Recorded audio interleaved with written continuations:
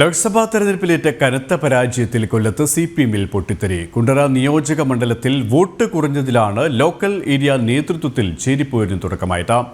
നേതൃത്വത്തിന്റെ പരാജയമാണ് തെരഞ്ഞെടുപ്പിൽ പ്രതിഫലിച്ചതെന്നാണ് വിമർശനം.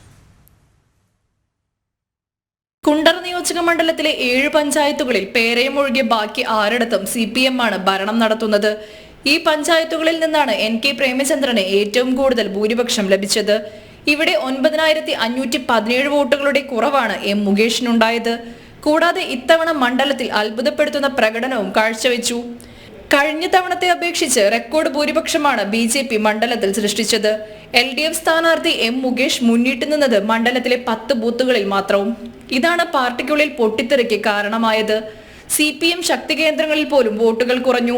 മുൻ മന്ത്രിയും CPM നേതാവുമായ മേഴ്സിക്കുട്ടി അമ്മയുടെ ബൂത്തിൽ നിന്ന് 89 വോട്ടുകളുടെ ഭൂരിപക്ഷമാണ് പ്രേമചന്ദ്രൻ ഉണ്ടായത്.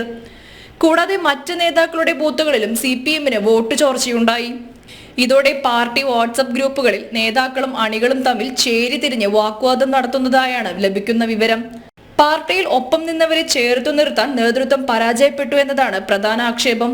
നേതൃത്വം സാമ്പത്തികമുള്ളവർക്കൊപ്പമാണെന്നും പോക്സോ കേസിലടക്കം പ്രതിയായവരെ സംരക്ഷിക്കാൻ പാർട്ടി ഇടപെട്ടതും അണികൾക്കിടയിൽ അവമതിപ്പുണ്ടാക്കി. തിരഞ്ഞെടുപ്പിന് മുൻപേയുള്ള CPM DYFI തമ്മിൽ പോലും തിരഞ്ഞെടുപ്പിൽ തിരിച്ചടിയായതായാണ് വിവരം. ജനം, കൊല്ലം.